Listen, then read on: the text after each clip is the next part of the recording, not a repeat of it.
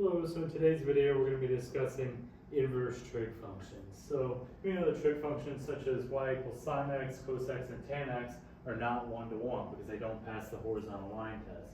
Therefore, they don't contain an inverse. Remember from section 6.1. But if we restrict their domains, we can force the trig functions to become one-to-one because then they'll pass the horizontal line test and have an inverse. So if we look here, this is the graph of sine of x. This is from negative pi to 2 pi. It's a little bit off, but that's the general graph sine of x. If we restrict the domain from negative pi over 2 to pi over 2, then it becomes one-to-one because it'll pass the horizontal line test. So we restrict the domain from negative pi over 2 to pi over 2. To find the inverse, remember f inverse of x equals y. The same thing as f of y equals x. So that's just the general rule. If we apply that to sine, we know sine inverse of x equals y, and thus sine of y equals x. So we're just switching the domain and range values. So now negative pi over 2 is less than or equal to y is less than or equal to pi over 2. Whereas up here, the pi over 2's were x values. Now they've changed. So if we see here, now our x values are negative 1 to 1 as denoted right there, and our range is negative pi over 2 to pi over 2. So it's just a reflection of that original graph that we saw. Same thing applies for cosine. So that is our cosine graph, negative 3 pi over 2 to 3 pi over 2. Again, not 1 to 1 in its original state, but we can restrict the domain from negative pi to pi right there. Therefore, passes the horizontal line test and is now 1 to 1. If we look down here, we have our inverse. So again, we're just switching x and y values. Look at the previous example with the sine graph if you're confused about what exactly inverse means. But again, we're switching domain and range values. So now the domain is x values, negative 1 to 1, right there to there. And our range is from 0 right here to pi. So again, we just switched, x was 0 to pi here, now y is 0 to pi. So it's just a reflection. We look over here at the tangent graph. That's the typical tangent function right there. Again, not 1 to 1 because it's not passing horizontal line test. If we restrict the graph from negative pi over 2 to pi over 2, that's just this inner line here. Remember, tangent is just, it has those many lines all in a row. We just pick the one right in the center. We know that's from negative pi over 2 to pi over 2. Therefore, it's restricted and 1 to 1. And the domain here is negative infinity to positive infinity. And note that that's a soft bracket, not a hard bracket, because those are vertical asymptotes here and here. Thus, the function does not ever pass negative pi over 2, never passes positive pi over 2. So it can never include it. You must have the soft brackets. Again, same principle applies for the inverse. We're just switching the domain and range. So now domain is negative infinity to positive infinity. Range is negative pi over 2 to pi over 2. And now we have horizontal asymptotes, one here, one there. Again, just a reflection. Now if we look here, this is a chart. I'm not going to go through it all because it does take quite a while to explain. But it breaks down how or what the derivatives are of the inverse functions, what the domain and range is of the inverse functions, and then what the domain of the derivative is. So those are going to be very helpful for the future problems that we're going to practice, especially we look sine inverse x, cos inverse x, tan inverse x. So you mainly want to focus on these few up top. Those are the crucial ones to look at. If you need to stop the video now, please do so, and that's the ones we're really going to want to focus on. And again, this whole chart here is useful to know for some of the problems we practice. If we look over here, we have our first question, which is going to be evaluate sine inverse of 1/2. Well, we know by properties of inverses, that's really just asking sine of what equals 1/2. Well, by the unit circle, we know sine of pi over 6 or 30 degrees, whichever you're working with here, degrees or radians, is going to equal that 1/2. As such, sine inverse of 1/2 equals pi over 6 or 30 degrees, whatever the question prefers. And we know that the range of sine inverse is negative pi over 2 to pi over 2, and our value here must fall within that range of the inverse function. So if this is outside of that range, it cannot be a possible answer. So we always have to check that when we're evaluating the inverse functions.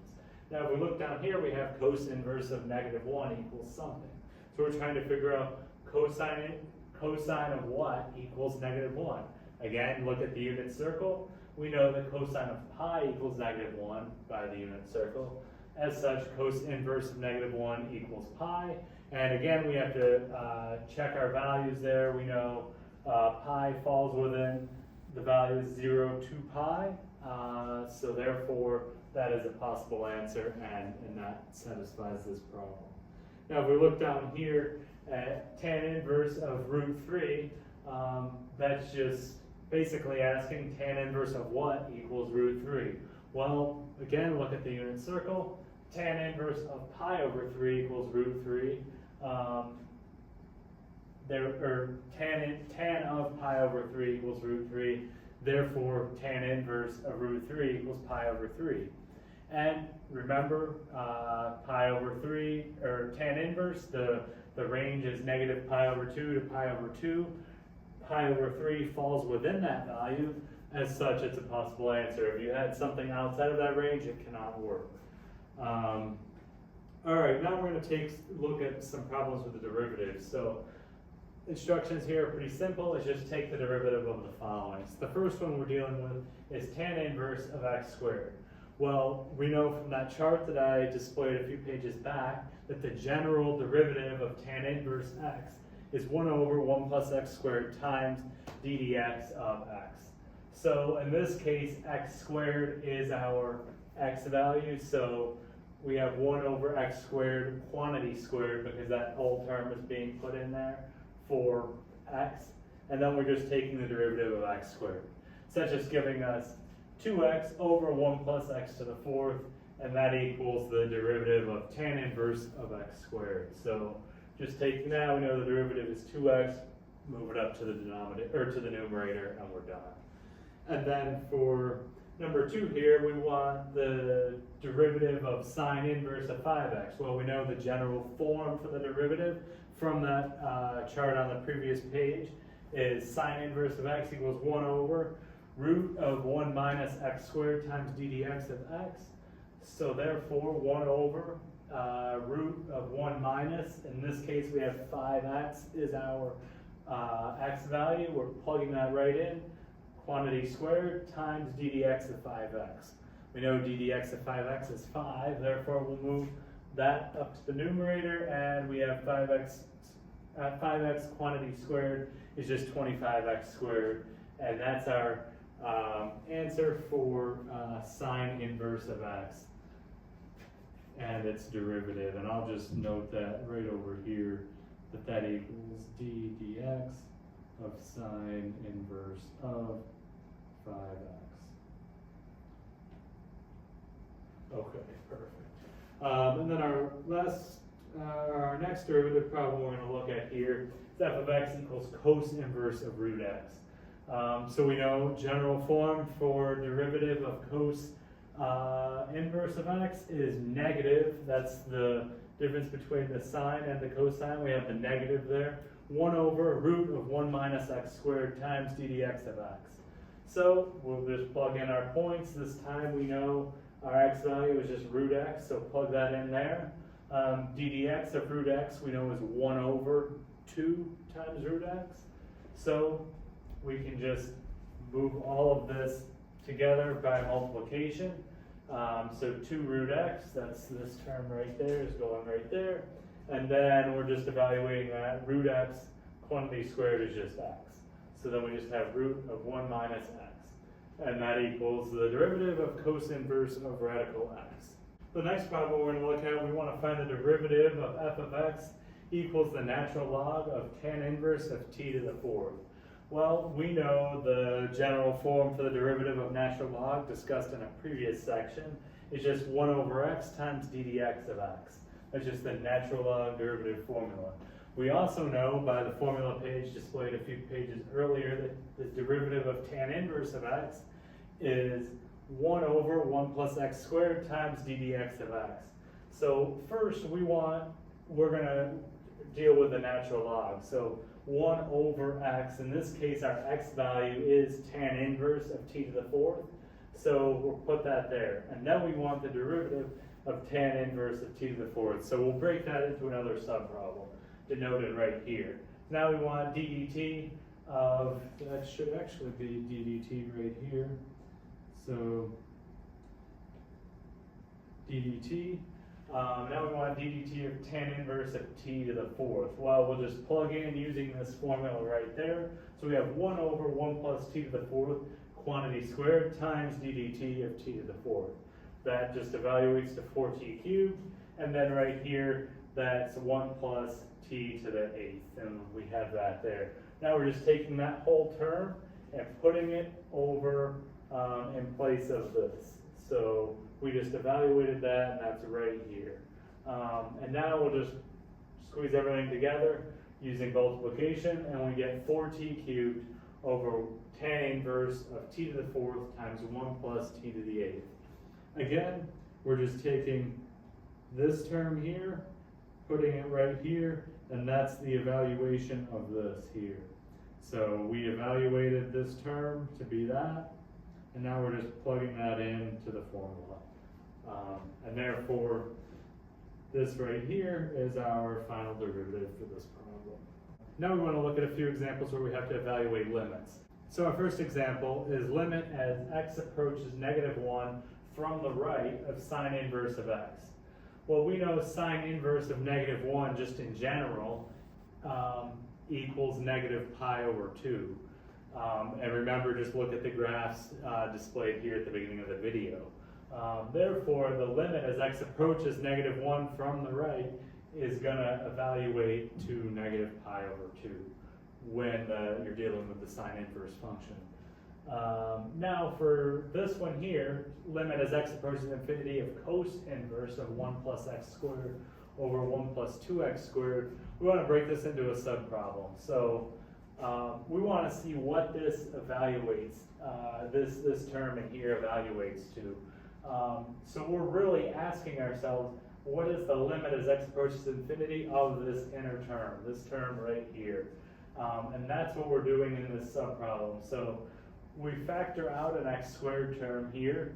So factor out an x squared, we need to write 1 over x squared in place of 1. You know, if you distribute back in, that becomes 1. And then that's plus 1. Do the same thing on the bottom, except you have plus 2 right there. Those will cancel each other out. Then you're just left with 1 over x squared plus 1 over 1 over x squared plus 2. Well, if we take the limit of these problems, I didn't explicitly do that, but if you were to break them into the subproblems, then you know this limit evaluates to 0, this evaluates to 0 as x goes to infinity. Therefore, you're just left with 1 over 2, so 1/2. Now, all you have to do is take the cos inverse of 1/2. So cosine of one value equals 1/2. Well, we know pi/3 by the unit circle. So again, we just broke this into a separate limit, a subproblem, and got 1/2, and it makes it a little bit easier. Next, we're going to look at some integral problems. So first off, we have integral from 1 over √3 to √3 of 8 over 1 plus x squared dx. Well, if you look at that reference page I gave you, you'd know that the integral of 1 over 1 plus x squared dx equals tan inverse of x. I know that page displayed the derivatives, but remember, integrals are opposite of derivatives. You're going the opposite direction. So we can note that the integral of 1 over 1 plus x squared equals tan inverse of x, and tan inverse of x, the derivative of that would be 1 over 1 plus x squared. So therefore, we can just say, if we know this up there in blue, we can just put that 8 down there in front. 8 tan inverse of x evaluated from 1 over √3 to √3. And we have 8 times tan inverse of √3 minus tan inverse of 1 over √3 by the unit, by the graphs of these functions and the unit circle. We'll know that that evaluates to pi/3 minus pi over 6. Distribute that 8 in there, and you get 4 pi over 3. All right, for the last problem we're going to look at, we have integral from negative 1 over root 2 to positive 1 over root 2 of 6 over root of 1 minus x squared dx. Now we know the general form for sine inverse of x, the derivative of that, is 1 over root of 1 minus x squared. So therefore the integral of 1 over root of 1 minus x squared dx is just sine inverse of x, so you can work backwards there. Again, refer to that page with those formulas if you need clarification on that. So now we know that this is very similar to the general form, we just have that 6 in the numerator. So we'll bring the 6 down, we anti-differentiate this, and we have sine inverse of x. Now we'll just evaluate from negative 1 over root 2 to positive 1 over root 2. So we have 6 times sine inverse of 1 over root 2 minus 6, or minus sine inverse of negative 1 over root 2. Well, we know that evaluates to pi over 4, the sine inverse of 1 over root 2, and that a positive, or negative times negative is a positive. Therefore, we have 6 times pi over 4 plus pi over 4. Well, we distribute the 6 in there, and we have 3 pi as our final answer. So again, please refer to that chart for the derivatives and domain, range, and different properties of the inverse functions, as they'll be repeatedly coming up in the remainder of calculus. And with that, our video for today is concluded.